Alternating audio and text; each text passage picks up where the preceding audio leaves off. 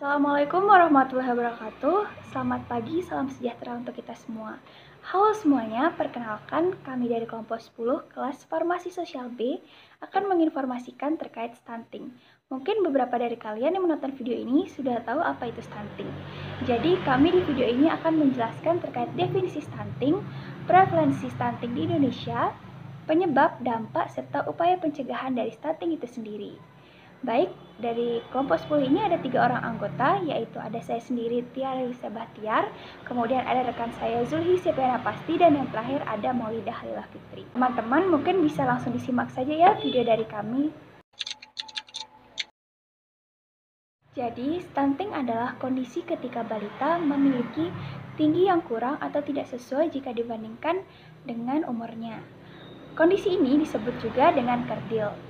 Nah, stunting ini termasuk salah satu masalah gizi kronik yang disebabkan oleh beberapa faktor.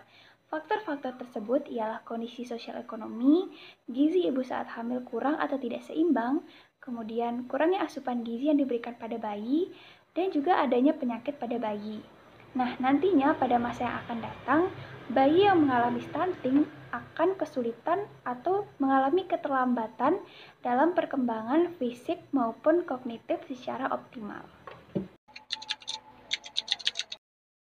Menurut data prevalensi balita stunting yang dikumpulkan oleh WHO, Indonesia termasuk dalam negara ketiga dengan prevalensi tertinggi stunting di regional Asia Tenggara.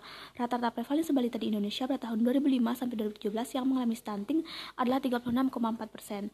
Pada tahun 2017, prevalensi balita yang mengalami stunting adalah 19,8%. Kondisi ini meningkat dari tahun sebelumnya. Anak merupakan aset bangsa di masa depan.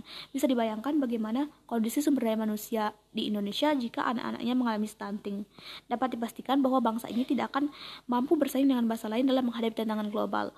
Oleh karena itu, kita perlu mengkampanyekan pencegahan stunting di masyarakat. Penyebab stunting adalah kekurangan gizi pada janin sejak janin dalam kandungan sampai 1000 hari pertama kelahiran janin.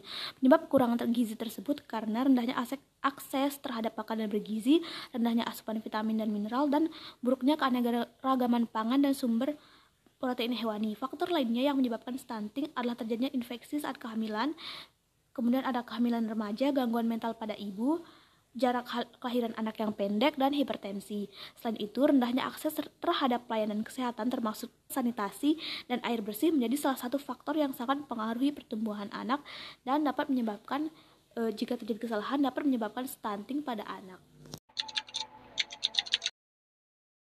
Jadi, dampak yang dapat ditimbulkan oleh penyakit stunting ini dibagi menjadi dua, yaitu dampak jangka pendek dan dampak jangka panjang. Adapun contoh dari dampak jangka pendek yaitu perkembangan kognitif, verbal, dan motorik pada anak menjadi tidak optimal. Sedangkan untuk contoh dari dampak jangka panjangnya yaitu postur tubuh anak saat dewasa menjadi tidak normal atau lebih pendek daripada umumnya.